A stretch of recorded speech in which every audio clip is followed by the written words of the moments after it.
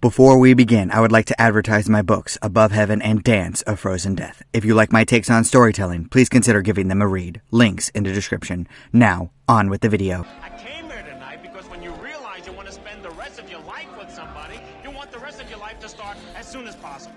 Greetings, fellow mortals. I remember when I first internalized the idea of shipping. It was 2003. I was 8 years old.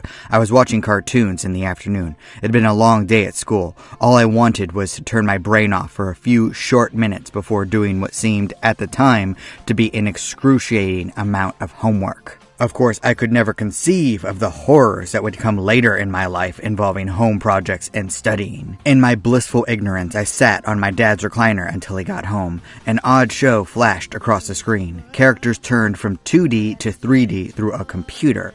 Even then, the visuals dipped into the uncanny valley for me, but I was too lazy to change the channel. I watched these pre-teenage kids fight an evil AI. I thought the idea of entering a computer was amazing. It reminded me of several movies that I'd seen, like a real-life video game. So I kept watching. To my surprise, the characters started flirting. They clearly liked each other. In the back of my mind, I wondered if they would start dating. No, that was weird to think. These aren't real people. I must just be a weirdo. No one else could possibly care about fictional characters dating, right?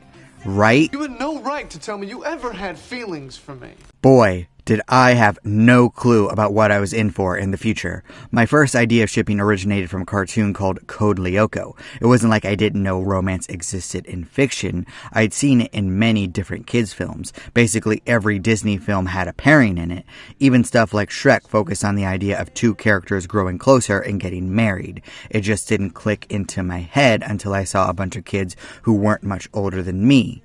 They clearly liked each other. They should date. Why aren't they dating? It wasn't something that I ever obsessed with. After that first episode, I realized that it was the Cheers effect. Back then, I remember hearing my mom talk about how Sam and Diane didn't start dating earlier because people would stop watching the show. I realized that part of the reason to watch is to see the characters get together. It was a weird connection. I went from Code Lyoko to Disney to Shrek to Cheers.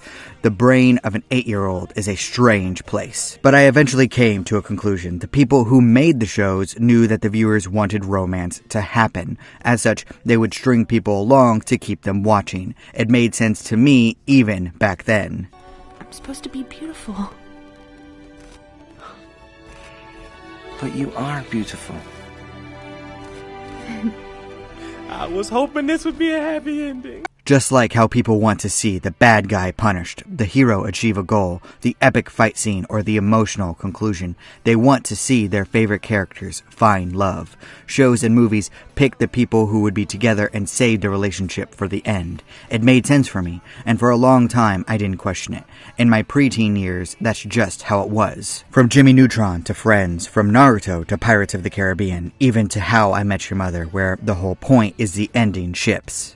To me, that's just how it was. It was just part of the story. Just like there was always a hero, there was always a villain, there was always a journey, character development, some sort of struggle, and a climax. It was just part of the experience. I just like being a part of the ride. But you'll never guess which shipping made me raise an eyebrow and question everything. Harry Potter and Ginny Weasley. And look, I know there are conflicting feelings out there on J.K. Rowling, but I don't think there were many bigger events out there in fiction for my 12-year-old self in 2007 than the Deathly Hallows, and I think the same is for many people out there. But when I got to the end of the story, I stopped and asked the obvious question. Wait, shouldn't he have ended up with Luna? So tell me, what's become of my ship? It's kind of laughable in retrospect, but I always thought Luna was a calming presence that helped Harry. Ginny wasn't a bad character, but my preteen mind didn't like the ending ship. So I did the same thing I always did when I was curious. I asked questions. My parents didn't care much about Harry Potter. My older sister agreed with me, but some of my friends shocked me. Cho, Fleur, Hermione, Draco, everyone seemed to have a different opinion on Harry's relationship. It blew my prepubescent mind. So, there was only one place left to go. I searched online for what other people thought about shipping. Wait, What is fan fiction? Does everyone want Harry to end up with someone else? Wait, it's not just Harry Potter. Bleach characters? Why are people writing stories about Penny and Sheldon from The Big Bang Theory? By God, what is Persona 4? What is a waifu? And why are people wishing death upon each other over all of this? I found stuff from Quantum Leap to Lord of the Rings. I was floored that people took the time to write who they wanted someone to end up with. Most of the time, the entire point of the fanfiction was to ship two specific characters. What is going on? Me and him are together? Why is this happening? People really cared about this romance stuff. It was really something that I barely registered most of the time. I just let the authors do what they wanted. If it was boring, I didn't watch. If it was entertaining, I watched. I never thought about changing my perspective, but I was intrigued by the passion shown by the audience. It reminded me of sports fans rising from their seats and cheering as their team scored. And that's when it clicked for me. That's exactly what this was. It was a team mindset. It was channeling the passion people felt about stories into cheering for what they wanted to happen. Now, I'm not going to stand here and say that all passion is good. Look at the Twilight nonsense for a good example of this. Just like how sports fans riot in the streets, the audience for stories go way too far sometimes, harassing people for fan art, doxing people for other opinions, posting the cringiest reaction videos any of us have ever seen. There are many cases of people going too far, but the love of the fan base is real. It's tangible. It's admirable in many cases. People care about these fictional characters.